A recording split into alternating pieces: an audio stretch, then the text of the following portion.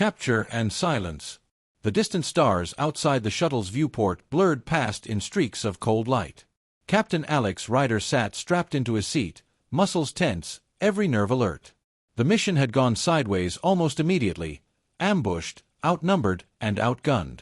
Now, he was the only one left alive. Or so the Xel'Thari claimed. Ryder didn't respond to the harsh voice barking orders in an alien tongue as two guards roughly hauled him from the shuttle.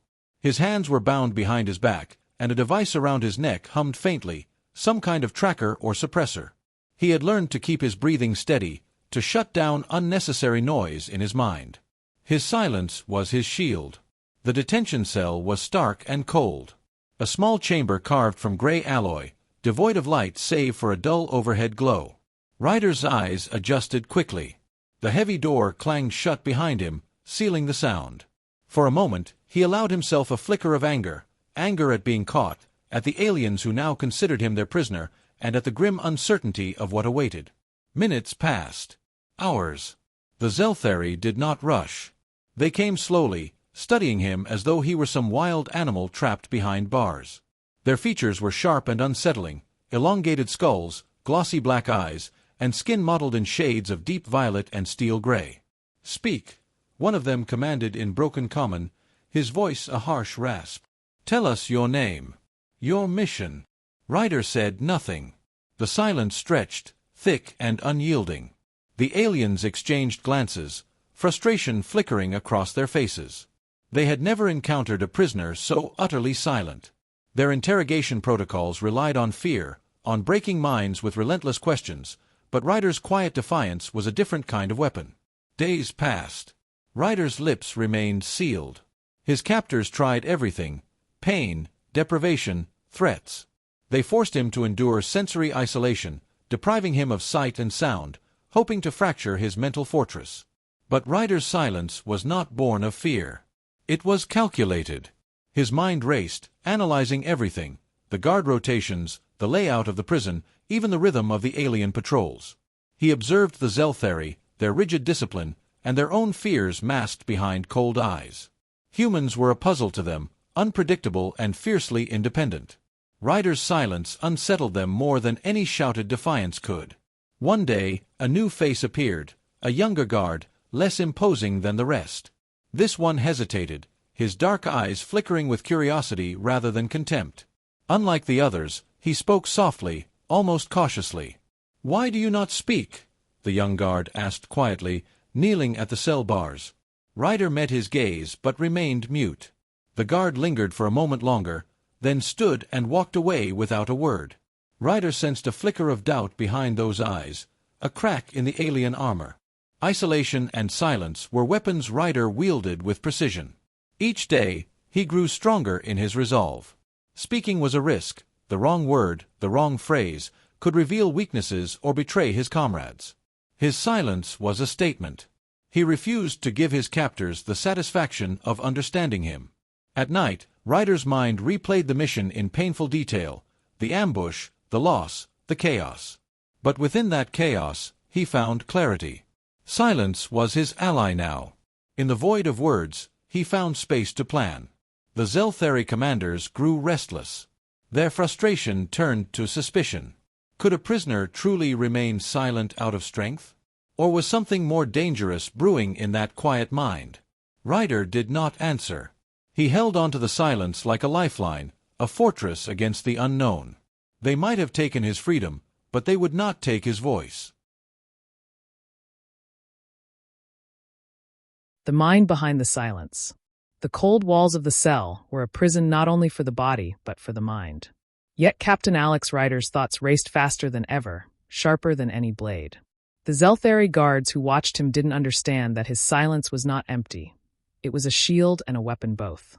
As the days blurred into one another, Ryder's memory returned him to earlier times, back to the grueling training camps on Earth, where silence was sometimes the most powerful tactic. He recalled the lessons drilled into him, the value of observation, patience, and control. His instructors had taught him that sometimes the loudest message came from saying nothing at all. Ryder's captors had underestimated him. They assumed a human prisoner would break quickly, would talk, would plead. But Ryder's silence was deliberate. His mind was focused on learning the enemy. Every sound, every gesture, every patrol pattern was a puzzle piece he filed away. The Xel'Thari interrogation methods were brutal and clinical. They exposed him to sensory deprivation chambers, pitch-black cells that crushed time and space. They bombarded his ears with dissonant sounds meant to unnerve. Yet Ryder remained unmoved. His mind retreated inward, analyzing, cataloging. He was not a broken man, but a fortress under siege. One evening, as the artificial lights dimmed to simulate night, Ryder's thoughts drifted to the young guard he had noticed days ago. Unlike the others, this guard didn't bark orders or glare with suspicion. Instead, there was something curious in his eyes, something that suggested empathy or at least interest. That night, when the guard approached his cell quietly, Ryder looked up. The guard hesitated, then spoke softly. "Why do you not speak?" he asked in hesitant common, the language of many species in this part of space. Ryder remained silent, but met the guard's gaze steadily. No fear, no anger, only calm resolve. The guard lingered a moment longer, then sighed and walked away. Ryder felt a flicker of hope. This young alien was different, maybe not an enemy in the truest sense. Back in his isolation, Ryder's mind wandered again to his past missions. Covert operations behind enemy lines, survival against overwhelming odds, the silent codes shared between comrades. Communication didn't always require words. Sometimes it was a glance, a touch, a pattern understood only by those who trusted each other implicitly. His silence was a form of communication, too, a statement of defiance, of control, and of strategic patience. The Xel'Thari commanders grew impatient. They debated harshly in their guttural language, unsure how to break the human. Some advocated for harsher methods, others feared Ryder's silence masked a greater threat, a mind too dangerous to underestimate. Meanwhile, Ryder's mental exercises deepened. He built detailed mental maps of the prison, timing the guards' patrols down to the second. He noted weaknesses: a loose panel in the ceiling, a blind spot in surveillance cameras, the predictable shifts of his captors. But the greatest weakness he found was not in the prison, it was in the Xel'Thari themselves. Beneath their rigid military discipline lay fear. Fear of the unknown, of a species they could neither predict nor control. Ryder's silence unnerved them more than any defiance or rebellion could. One day, during a brief transfer to an interrogation chamber, Ryder caught the eye of the young guard again. This time, the guard did not look away. For a fleeting second, something passed between them. Understanding, recognition, perhaps even respect. The guard's presence was a reminder that even in the darkest places, small sparks of connection could exist. Ryder held on to that thought. It fueled his resolve. As night fell, Ryder closed his eyes and embraced the silence that surrounded him. He was not alone. His mind was alive, active, and ready. His silence was not surrender. It was a promise that one day he would speak again. And when he did, it would be on his own terms. The cell's cold metal bars felt less like a prison and more like a stage. Captain Alex Ryder knew every shift of the guards, every rhythm in their footsteps, every nuance in their glances. But more importantly, he had found a way to communicate without words, a silent language born of gestures, looks, and shared moments. It began with the young guard, the one who had spoken softly, who had shown curiosity instead of contempt. His name, Ryder learned, was Kale, a novice, caught between loyalty to his people and a dawning respect for the human prisoner. Kale approached the cell one evening with caution, his expression guarded. Ryder responded with a slight nod, a subtle tilt of his head. Over time, those small movements grew into a language, an exchange of questions, answers, warnings, and encouragements. Kale would leave small tokens. A scrap of paper with alien symbols, a crude map of the prison layout, a tiny piece of metal bent into the shape of a human fist. These silent gifts spoke volumes. Ryder's mind raced. Using Kale's help, he began piecing together not just the physical layout of his captivity, but the fragile divisions within the Xel'Thari command. The Empire was not as monolithic as it appeared. Dissent simmered beneath the surface. Some feared Ryder, others saw opportunity. Using the information Kale provided, Ryder crafted mental plans for escape and resistance. He knew the timing of guard rotations down to the second. He spotted vulnerabilities in security protocols, a door left unlocked too long, a blind spot where cameras did not reach, a pattern of distractions during the daily supply deliveries. But Ryder's greatest weapon was his silence. He remained mute in the face of mounting pressure, turning the Xel'Thari's frustration into fear. The Empire's leaders began to suspect that Ryder's silence was not weakness, but a deliberate strategy. It unsettled them, shook their confidence. Within the prison, a quiet tension grew. Kale found himself questioning his role, caught between orders and conscience.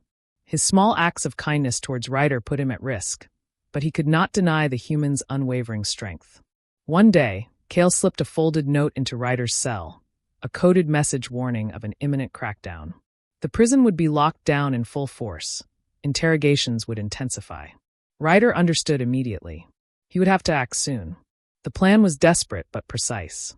Ryder would use the chaos of the lockdown to create a distraction. Kale promised to disable surveillance cameras briefly and delay reinforcements.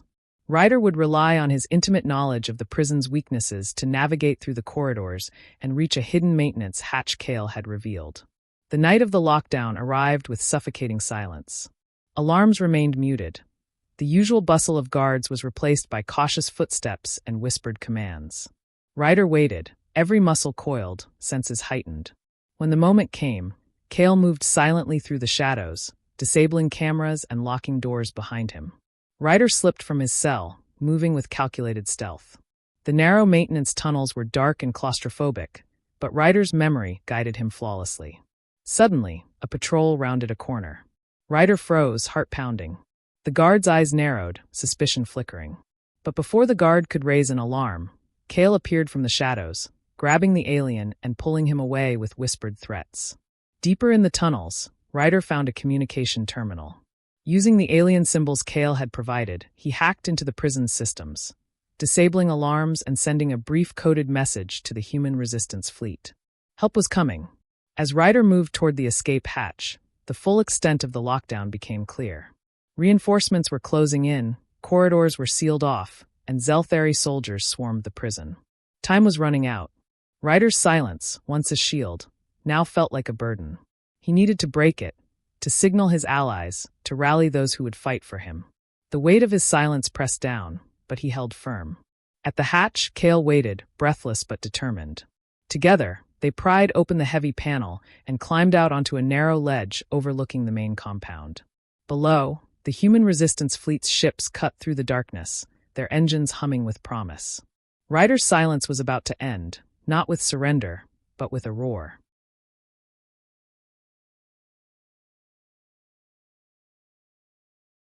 Freedom's voice. The distant hum of engines vibrated through the walls of the prison compound, a promise of salvation cutting through the oppressive stillness. Captain Alex Ryder crouched on the ledge with Kale, the young Xel'Thari guard who had risked everything to help him. The air was thick with tension, each second stretching as the rescue fleet approached. Ryder's mind raced through every detail of the plan. The silent hours spent memorizing patrol patterns, the covert exchanges with Kale, the careful navigation of maintenance tunnels. All had led to this moment. Yet even now, the threat of failure loomed large. Below them, the prison guards scrambled, alerted by the sudden breach in security. Shouts echoed, alien orders sharp and frantic. Ryder glanced at Kale. The guard's face was pale but resolute. "We don't have much time," Kale whispered, his voice barely audible over the distant roar of the incoming ships. Ryder nodded. His silence, once an impenetrable fortress, was about to be broken. It was time to use his voice as a weapon. With a deep breath, Ryder stood and stepped onto the narrow catwalk leading into the heart of the compound. He moved swiftly but deliberately, avoiding patrols, disabling alarms where he could. The element of surprise was their greatest advantage. As the human resistance forces stormed the outer defenses, Ryder reached the central control hub. The facility was a maze of consoles and blinking lights, alien technology both intimidating and unfamiliar. But Ryder's training kicked in. Years of tactical experience with human and alien systems gave him an edge. He hacked into the main communication grid and sent out a broadcast, not a whisper, but a clear, commanding voice. "This is Captain Alex Ryder, human prisoner of the Xel'Thari Empire. You are under attack. Surrender or be destroyed." The message crackled through the compound's loudspeakers, shocking guards and prisoners alike. Ryder's voice carried authority and defiance. The voice of a soldier who had endured silence and now spoke to rally his people. Back on the ground, human forces pushed forward, their advanced weaponry cutting through the alien lines. The Xel'Thari, caught off guard by Ryder's broadcast and the sudden assault, faltered. Confusion spread through their ranks. Inside the compound, prisoners, both human and alien, heard Ryder's voice and found courage. Some began to resist their captors, turning the tide in favor of the rescue. Ryder pressed forward, navigating the chaos with precision. At every turn, he avoided conflict but was ready to fight. The sounds of battle echoed through the halls, blaster fire, shouts, the clash of steel. Finally, Ryder reached the holding cells where other human prisoners were kept. Using the override codes Kale had helped him acquire, he unlocked the doors. One by one, weary but hopeful faces emerged from the shadows. "Follow me," Ryder instructed, his voice steady and strong for the first time in weeks. "We're leaving." As they moved toward the extraction point, Ryder's mind reflected on the journey. His silence in captivity, the unspoken bond with Kale, and the power of words when finally used. His silence had protected him, but his voice had freed them. Outside, the rescue ships landed, doors sliding open to reveal armed soldiers ready to escort the prisoners to safety. Ryder led the group into the ships, his heart pounding with relief and determination. Kale stood at the perimeter, watching the humans escape. His expression was conflicted, a mix of loyalty to his people and respect for Ryder's indomitable spirit. The young guard had learned that silence could hide strength, and words could inspire revolutions. As the ships lifted off, Ryder looked out at the prison below. The Xel'Thari fortress, once a symbol of captivity, now stood vulnerable. The Empire had underestimated the human spirit, but Ryder's silence and eventual voice had proven their greatest mistake. On board the ship, Ryder allowed himself a moment to breathe. His comrades surrounded him, their faces filled with gratitude and awe. He had been silenced for weeks, but now he spoke, not just as a prisoner freed, but as a symbol of humanity's resilience. The galaxy was vast and filled with unknown dangers. But Captain Alex Ryder's story was a beacon, proof that even in silence, a human could hold power. And when that silence broke, their voice would echo across the stars.